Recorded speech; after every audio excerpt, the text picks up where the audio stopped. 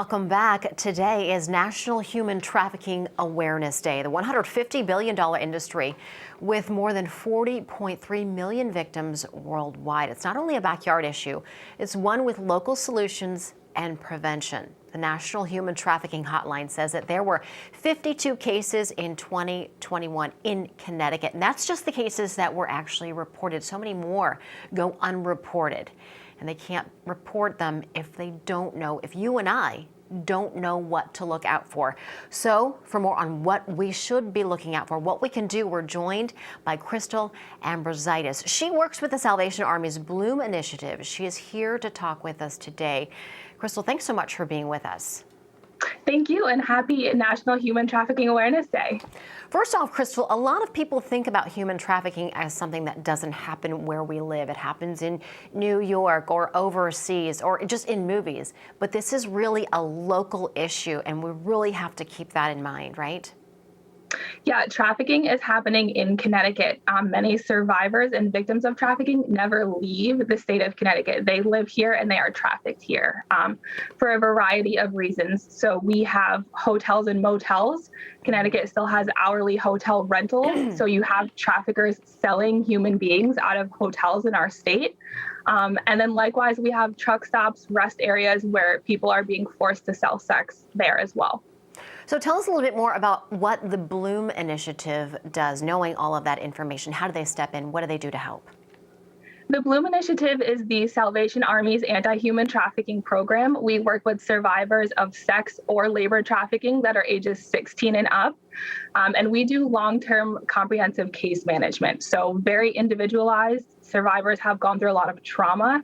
Maybe they need to be reconnected with their family members. Maybe they need a place to live. Maybe they need to go to a substance use treatment facility. So we make all of those referrals and all of those connections for them while walking alongside them on their journey.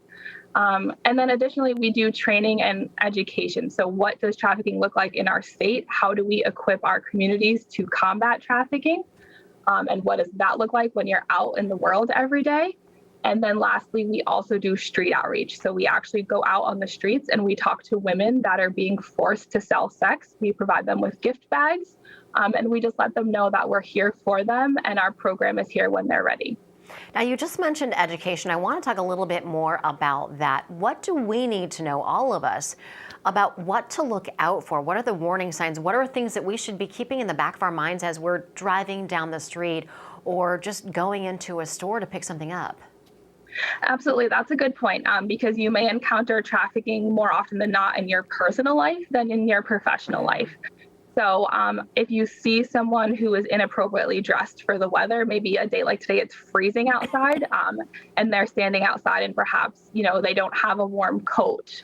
Or in the cases of folks who go to nail salons, the people that are working in those salons, are they allowed to keep the money that they're making? If you give them a tip for the service that they've provided to you, can they keep that tip? Or maybe they handing it to someone else in the salon who's controlling those workers and taking all of those funds that are being provided to them. And what do we do in that situation? Say I do go to the nail salon, I hand the nail technician an extra $5, $6. Do I ask them if they're going to be able to keep that? What do I do in that position? So we don't ever. Yep, that's a good question. We don't ever want to put anyone in danger, either yourself or the people that are working there. So I would not make it a big deal while you're there. Make a mental note when you leave the salon, perhaps call local law enforcement, call the Department of Labor, just let someone know what's going on, because the more people that call about a specific location, it's more likely to be investigated. Mm-hmm. And what do people do if they want to get more involved, if they want to jump further in and they want to be more active and help out? You take volunteers, you welcome volunteers, right?